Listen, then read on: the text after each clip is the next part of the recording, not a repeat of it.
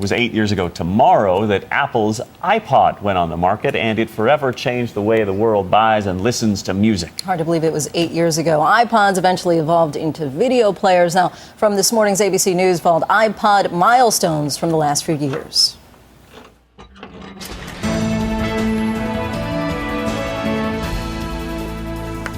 We're going to take a closer look tonight at the future of the recording industry, because we are told that more than 2.6 billion songs are downloaded over the internet every month. At least that's what the Recording Industry Association of America says, and very often, we all know, people do not pay for them. Today, the industry said it will sue people who obtain music without paying it, which is not so easy. This is not intended as a how-to report, but if you are less than familiar with what is going on out there, listen to ABC's Robert Krulwich. You've heard about this. You go on the internet, you look up any song you want to hear. I mean, anything by anybody. From Rosemary Clooney to Eminem. Almost every song ever made, even, Punjabi MC. Then with one click, you can download that song right onto your own CD. So now you've got your favorite music for free. It's not exactly legal, but it's so easy, why bother to pay the music store? Which may explain, if current rates continue, why CD sales have dropped almost 1/4 in just 3 years. That's an awful lot of lost business.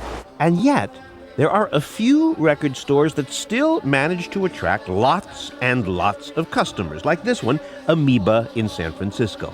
Because these stores attract older collectors who want original CDs, music that you can hold in your hands. Talking about my generation. Younger customers, by contrast, are perfectly happy to get their music through a computer or these little handheld things called iPod's. They do not prize the package and the cover art. They just download, listen, and when they're bored, they delete. Even the jeans she's wearing, I'm hooked and I can't stop staring, no baby. Which may account for the apparent success of a new online music store from Apple Computer called iTunes. It sells single songs for 99 cents each. So you pay, Apple sends the tune directly to your computer, and it's all legal. In the first 2 months, Apple sold more than 5 million songs. 5 million. A number that's so surprising, music stores are thinking this could be a turning point.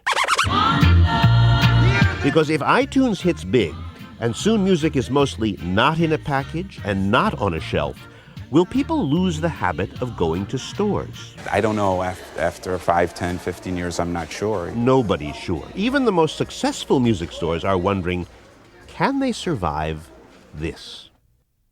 Robert Krulwich, ABC News, San Francisco. For quite some time now, we've been hearing media executives everywhere talk about making movies and TV available on what they call alternative platforms, so consumers can see them when and where they want. Until now, it's been a pretty vague vision of the future. ABC's Brian Rooney reports on the news today from Apple. Apple's iPod made it fashionable to walk down the street with little white wires coming out of your ears. They've sold nearly 30 million of them.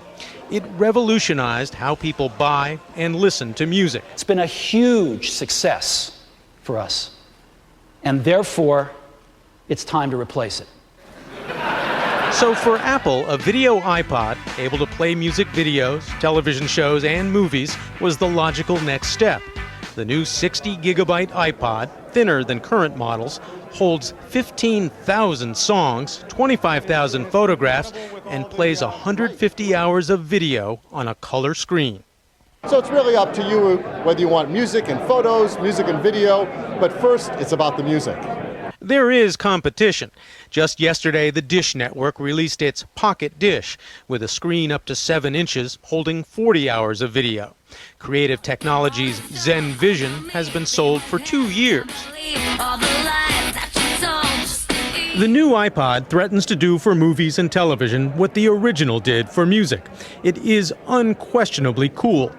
But how many people will want to watch video on a 2.5-inch screen? Well, there is one more thing. Steve Jobs announced a deal with the ABC television network, owner of ABC News, to sell downloads of 5 hit television shows. It's not much, but when he started selling music, he had just a handful of songs for sale, and now he's got 2 million. Brian Rooney, ABC News, San Jose.